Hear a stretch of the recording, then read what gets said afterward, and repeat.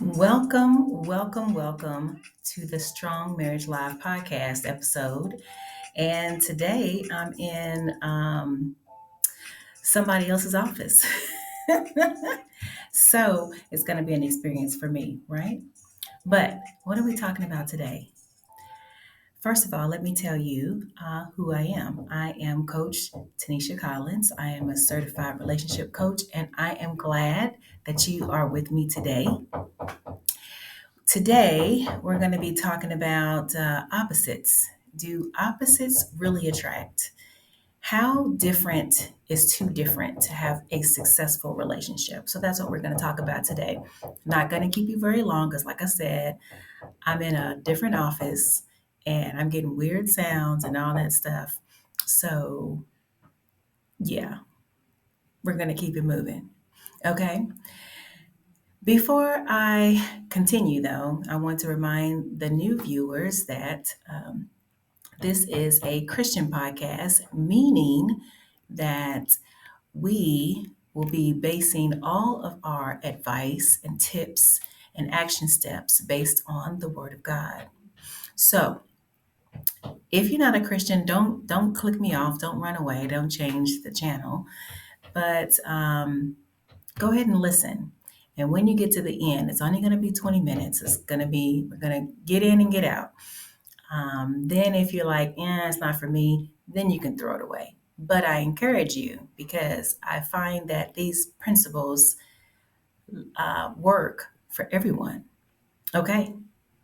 So I've got about 5 points for you today, and we can get this done in about 20 minutes. So as I said, welcome back to all those subscribers who come back every week to see an episode of the Strong Marriage Live podcast. And welcome to all of you who are new to the podcast. Maybe you want to share this with a friend if you find it helpful to you. So like I said, we're going to talk about opposites. Opposites attract. Is it oil and water? Is it going to be something good? So, sort of. Opposites really do attract. Normally, you see couples like my husband and I, for instance. I am an extrovert. My husband is an introvert. He does not like to be around a bunch of people. I want to be around some people. Not a bunch of people, but I'm into quadruple dating, triple dating, double dating. And he's like, no. I want to, you know, jump out of an airplane with a parachute. But he's like, no, I want to take a helicopter ride, over, the Niagara Falls or something like that. He's not interested. So we're totally opposite. So how do we work? How does that work? Um, you, as I said, are realizing that hey, this person that I'm attracted to or I'm dating or I'm married to is totally opposite for me. And some of these things are getting on my nerve. Maybe at the beginning of the relationship, it was something that was exciting for you. Like, oh, they're different. We're learning things about each other and it was cool. But maybe now it's becoming an issue.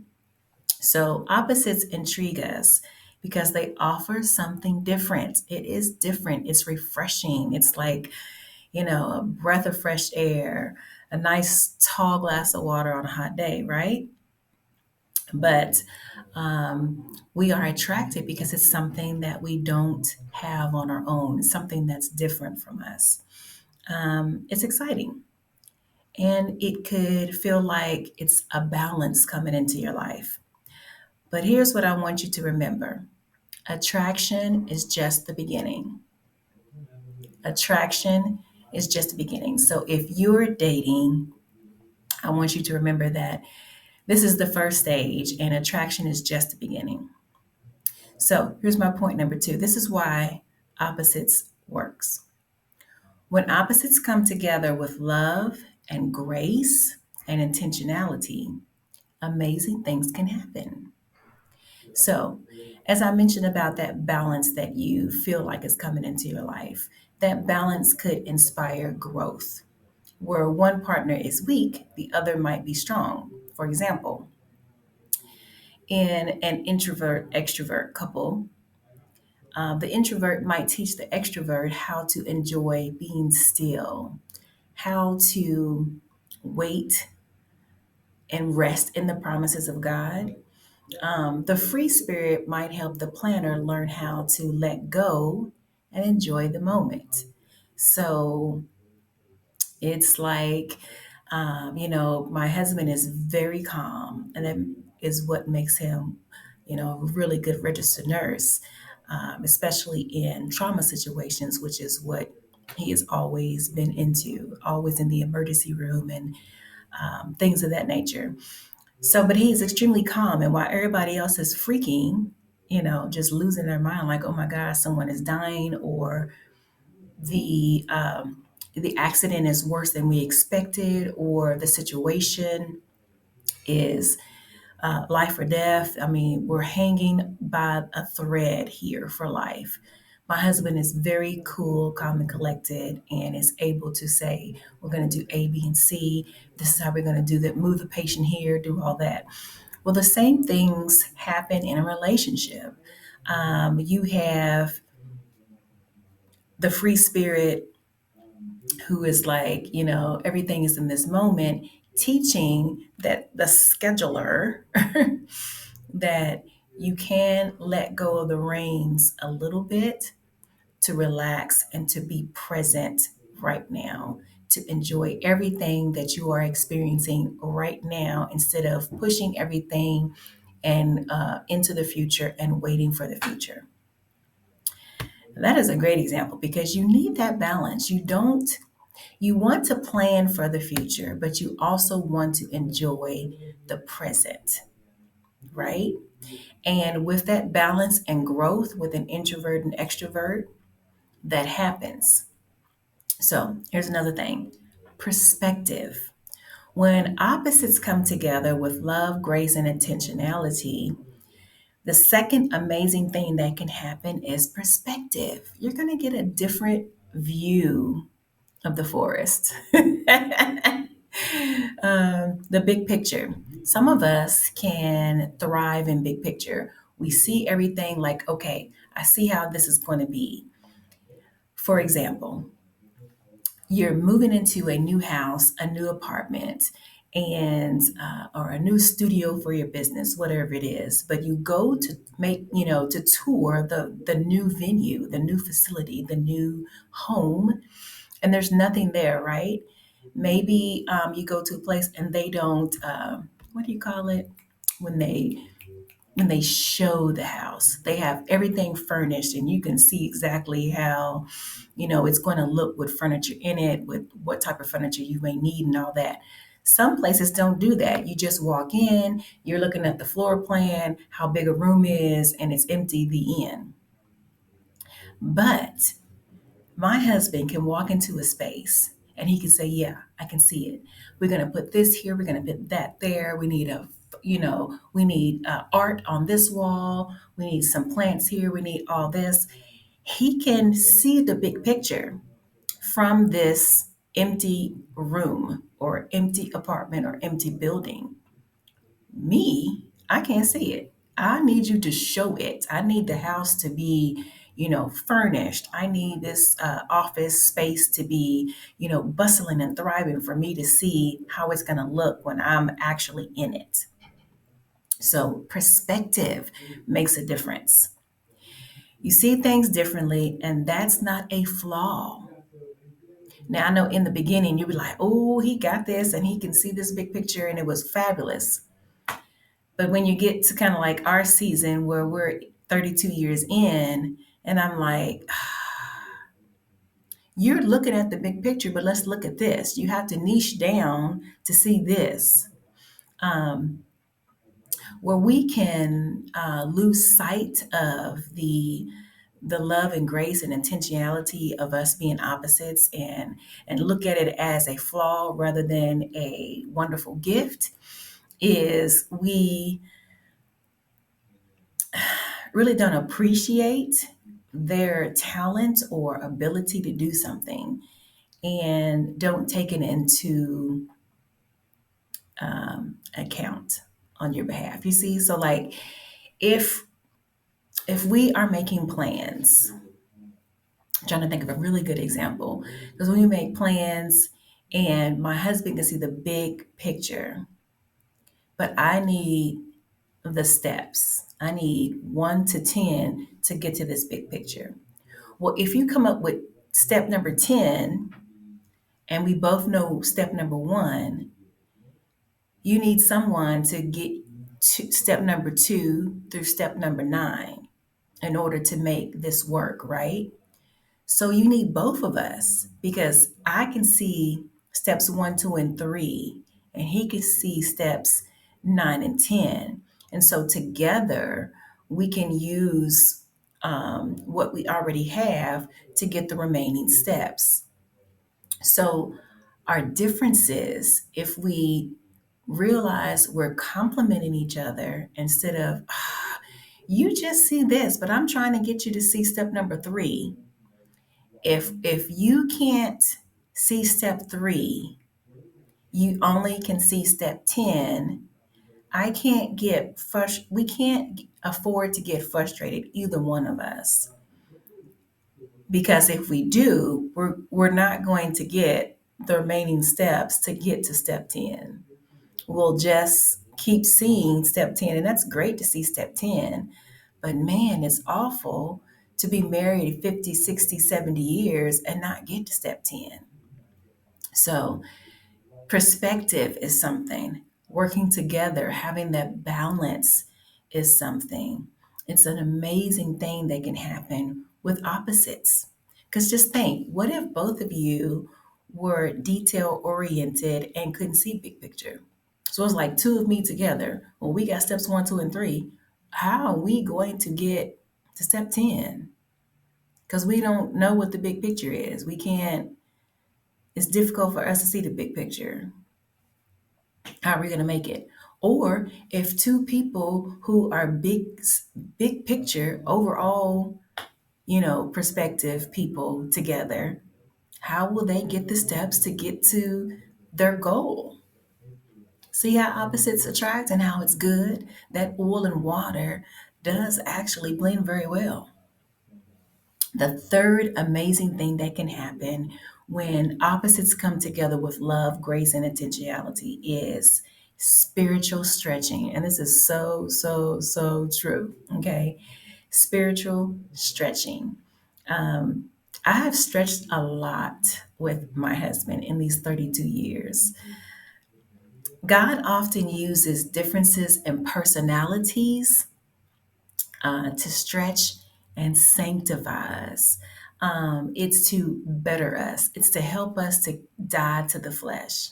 And we don't like dying to the flesh. Nobody likes dying to. No one says, I am here to die to the flesh, except for Jesus. Okay.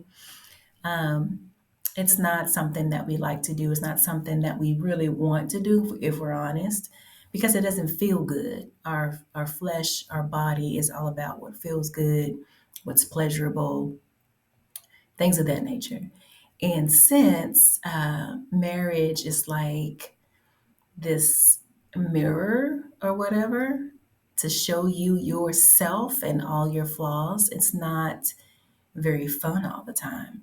But if you remember that God is using this special, unique, and wonderful relationship to make you into the person He created you to be, it helps. It's like a spoonful of sugar making the medicine go down. It helps you to deal with that dying to self. If you can recognize in the midst of saying to yourself, this person, my spouse or my partner, is getting on my last nerve. Why? Why are they getting on that nerve? Because you don't want to do something. You don't want to die to self.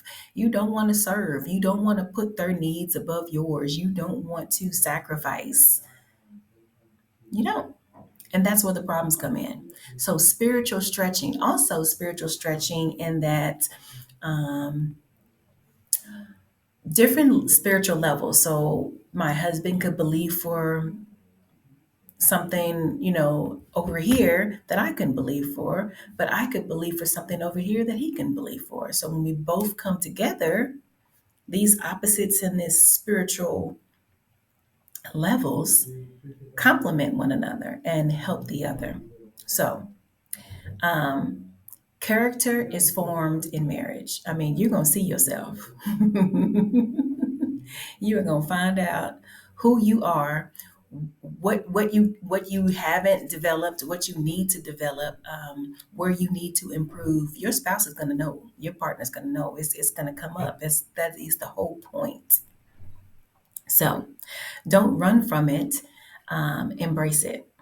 Go ahead and suffer through and know that we're all suffering through with you. And remember, the Bible says that iron sharpens iron, and that's what it's talking about. When we have friction, we're heating things up in the kitchen.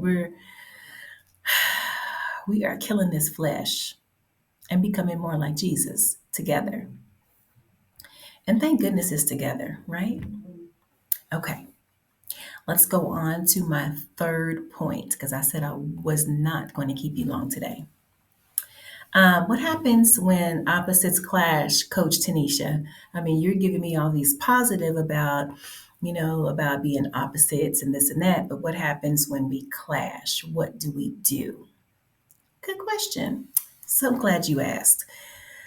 Differences can lead to tension. It will. It's going to lead. You're going to have that friction, like I said. Communication breakdowns happen when one person wants to talk it out and the other person wants to shut it down. Don't shut down. How about this? Here's a practical tip. Maybe you want to shut down. Maybe you're just like, there's not the time. You can say one of my favorite phrases, relating to the marbles method. The marbles method, if you're new to my channel or you forgot, the marbles method is something I made up. My husband's a registered nurse. When you go to the emergency room, you see on the wall there a little chart, and it has smiley faces numbered from 1 to 10, from a frown to a happy face. And the doctor wants to know, where is your pain level? You say, oh, I'm at a 5, I'm at a 7, I'm at a 10, whatever.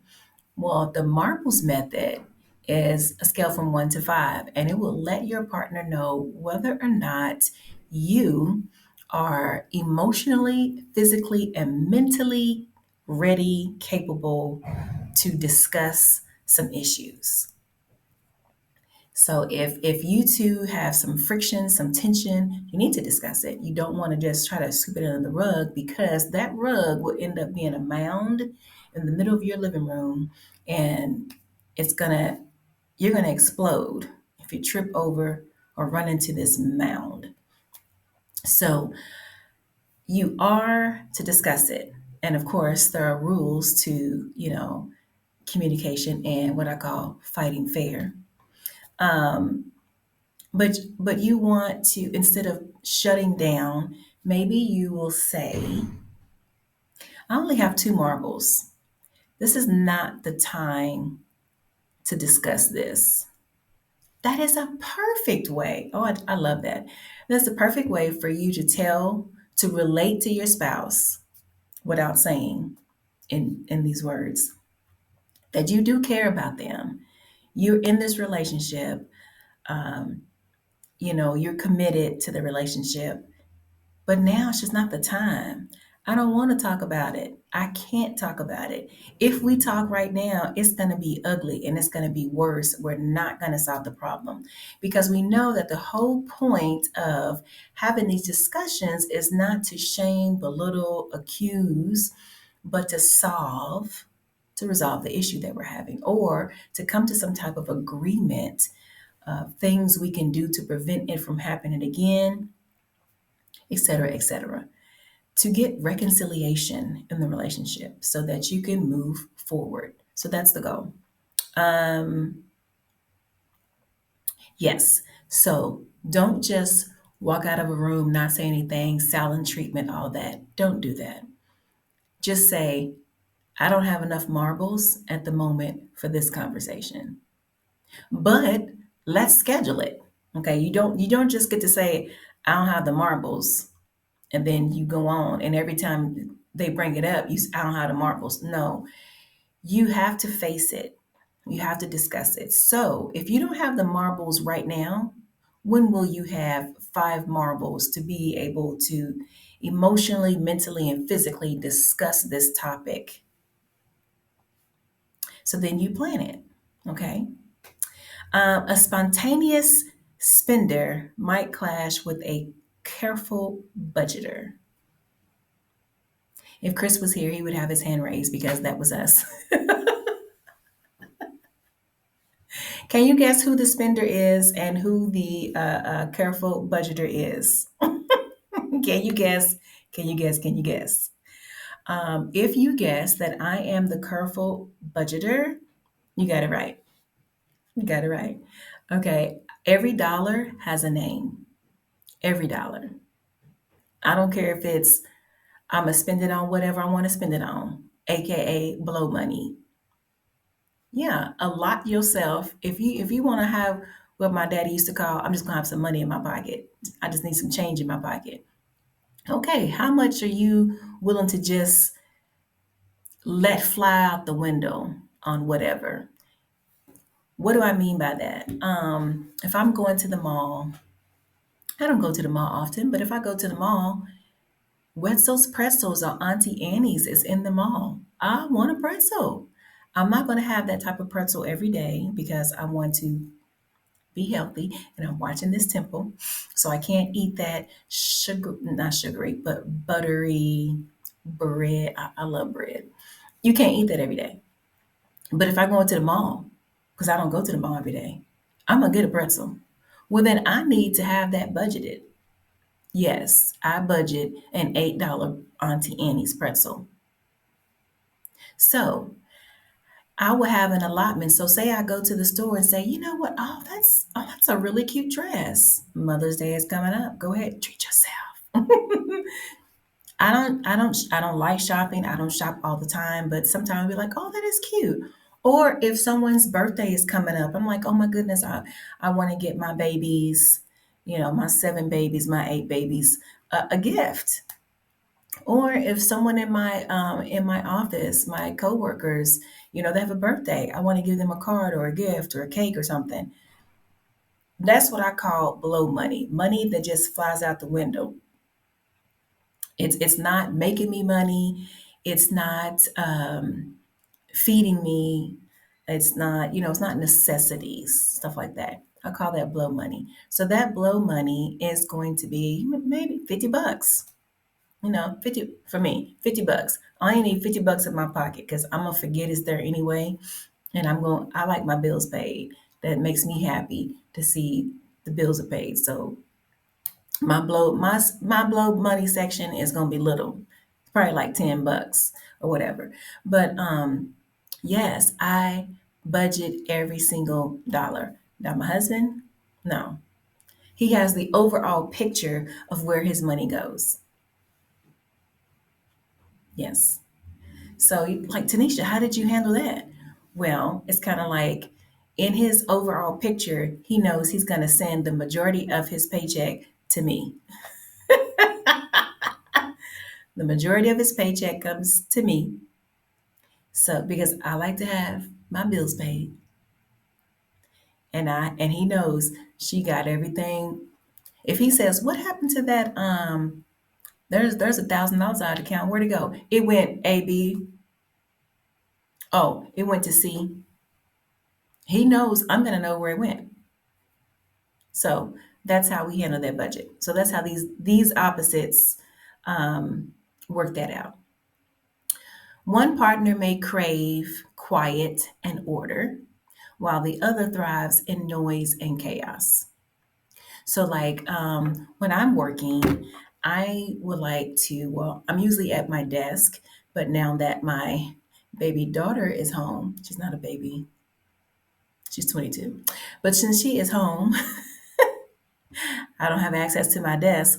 So I sit on my comfy couch on the edge and I'm on my computer and I'm working. It's quiet, or I'll have a minister ministering the word of God in the background so that my spirit man is hearing good things that I can recall later while I'm working. But it's not going to be like really loud. I'm not going to be watching TV while I'm working. I'm not going to be listening to music loudly or music that I would be really interested in while I'm working because I won't be able to focus on my work.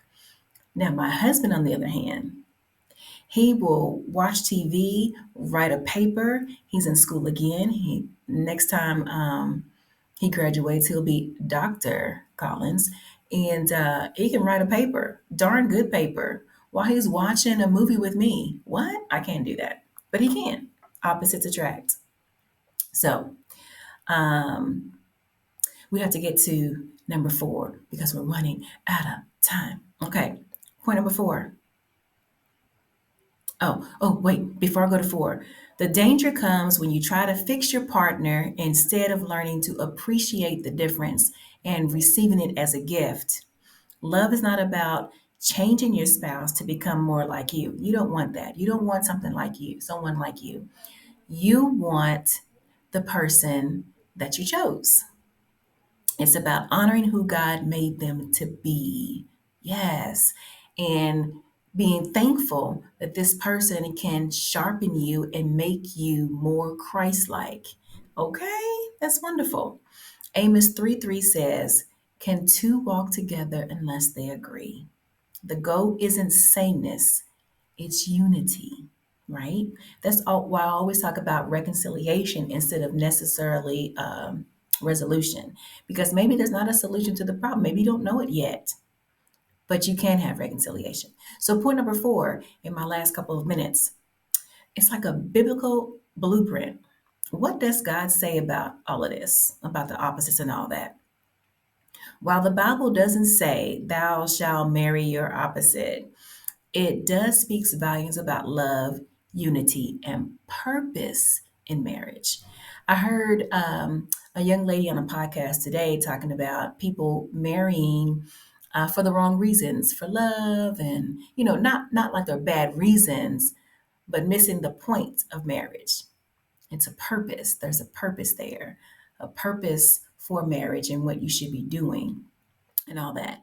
So 1 Corinthians chapter 12, verses 12 through 27 talks about the body of Christ and how different parts serve different purposes. The same is true in your marriage. You weren't created to be clones, okay? So no clones.